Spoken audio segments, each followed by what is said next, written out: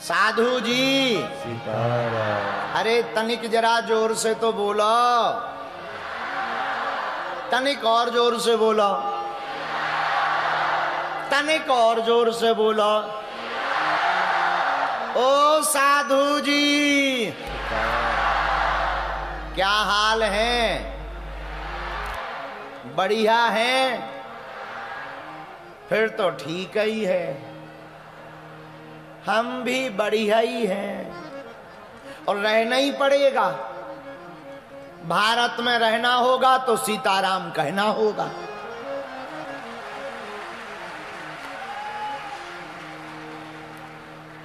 भगवान श्री सीताराम जी की मंगलमयी कृपा, भगवान बागेश्वर बालाजी की कृपा, सन्यासी बाबा के चरणों का आशीर्वाद, महाकालेश्वर भगवान की छत्र छाया, इंदौर के पागल भक्तों का तप और हजारों लाखों लोगों की दृढ़ संकल्प की इच्छा, जिसके परिणाम स्वरूप 7 दिन के लिए यह कनकेश्वरी गरबा प्रांगण श्री धाम वृंदावन बना हुआ है। यह श्री ठाकुर जी की कृपा है। भगवान के चरणों में हम प्रणाम करते, एकदम लास्ट तक रोड तक खड़े भय हैं पागल, तीनों पंडालों में बैठे हैं। यहां बगल में सोफा पे वीवीआईपी बैठे, इनके भी अपने मजे हैं, सबसे बाद में आते हैं, सबसे आगे बैठते हैं।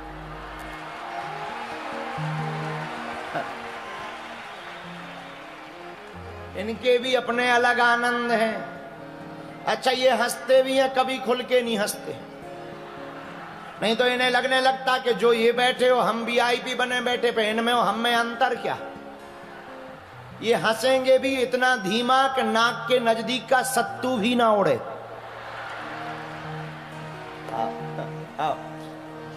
वीआईपी ताली भी इतनी मधुर बजाते हैं कि इनकी ताली इनके हाथों को ही सुनाई नहीं देती।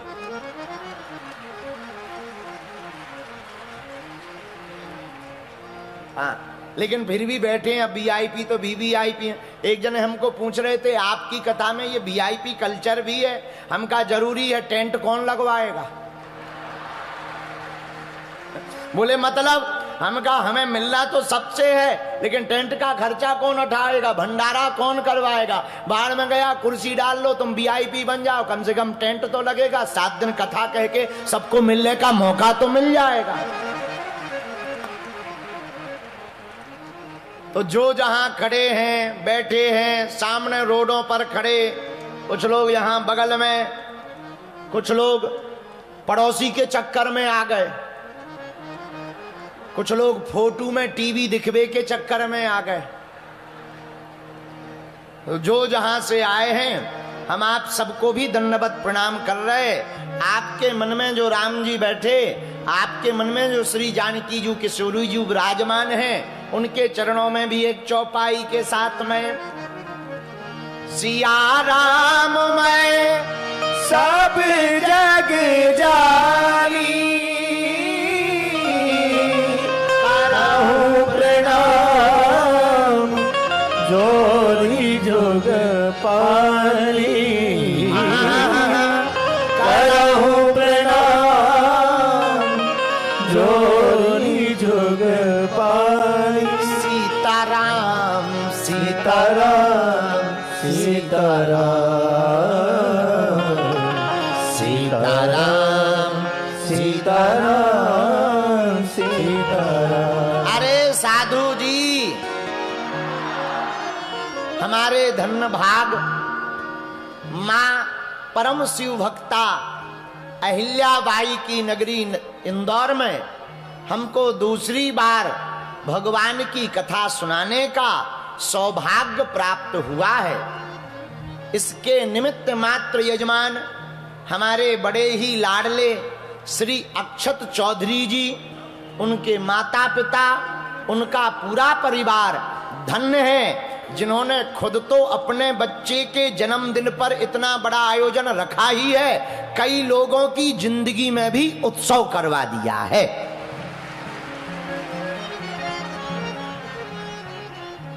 सात दिन की कथा में हम लोग तीसरे दिन में बैठे हैं और आज की कथा में सब प्रियजन तो है ही हैं, जिनके माध्यम से हम लोग घर बैठे इस कथा को देख पा रहे हैं। ऐसे संस्कार टीवी चैनल के सीईओ श्री मनोज त्यागी जी भी आज की कथा में आए हुए हैं। ये भी बड़े लाडले हैं हमारे, ये भी कथा में आए हैं। और देखो, बुरा ना मानना, हम एक बात बहुत विनम्रता पूर्वक कह दें, जिसे सुनकर ज्ञान मिले वो है गीता, जिसे सुनकर आराम मिले वो है रामायण, लेकिन जिसे सुनकर भाग्य खुले वह है भागवत।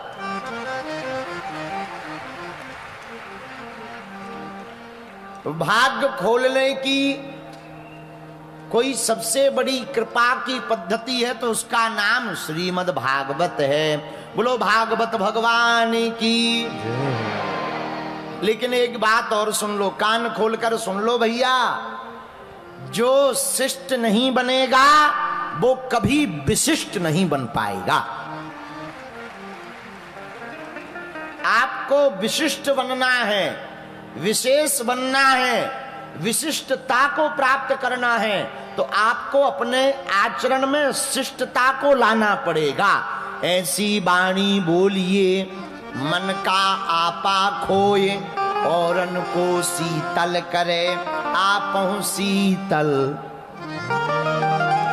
होए। इसलिए इंदौर के पागलों, आज का सूत्र याद कर लो, तुम लोग अपनी वाणी को बाण मत बनाओ, अपनी वाणी को वीणा बनाओ।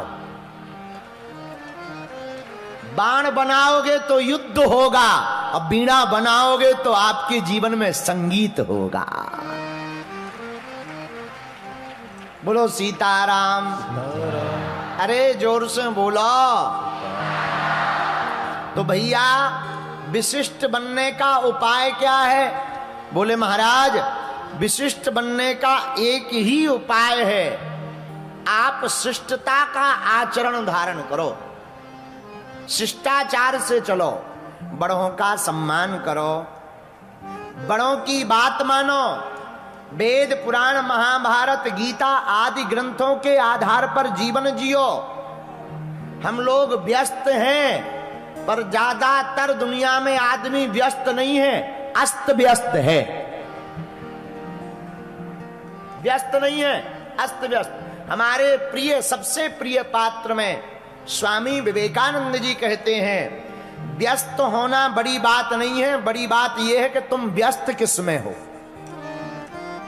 वरना व्यस्त तो चींटियां भी होती हैं, शक्कर उठाने में ढोने में चींटियां भी व्यस्त होती हैं। ये महत्वपूर्ण नहीं है कि तुम व्यस्त हो, पहले तुम्हें विचार करना चाहिए तुम व्यस्त हो या अस्त व्यस्त हो।